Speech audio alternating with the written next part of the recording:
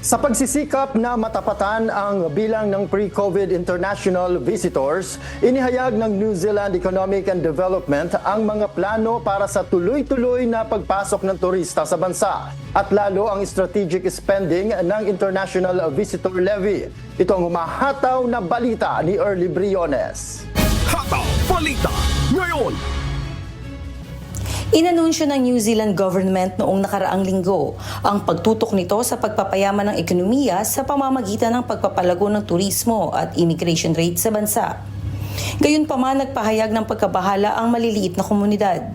Ayon kay Waitaki Mayor Gary Kitcher, malaki ang tulong sa kanyang nasasakupan kung ang mga tao ay mananatili ng ilang araw sa kanilang lugar, sa halip na daraan lang para tumungo naman sa mga ibang lugar na mas popular. Dagdag pa nito, mahalaga na mapaganda pa ang kanilang infrastructure system at ma-maximize ang peak season ng turista sa lugar.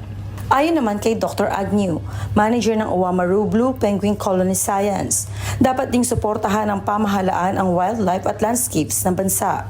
Naniniwala si Mayor Gary Kitcher at Dr. Agnew na dapat maging bahagi ang small communities at wildlife at landscapes ng bansa sa pamamagitan ng international levy fee ng mga turistang papasok sa bansa. Early Briones, humahataw sa balita ngayon.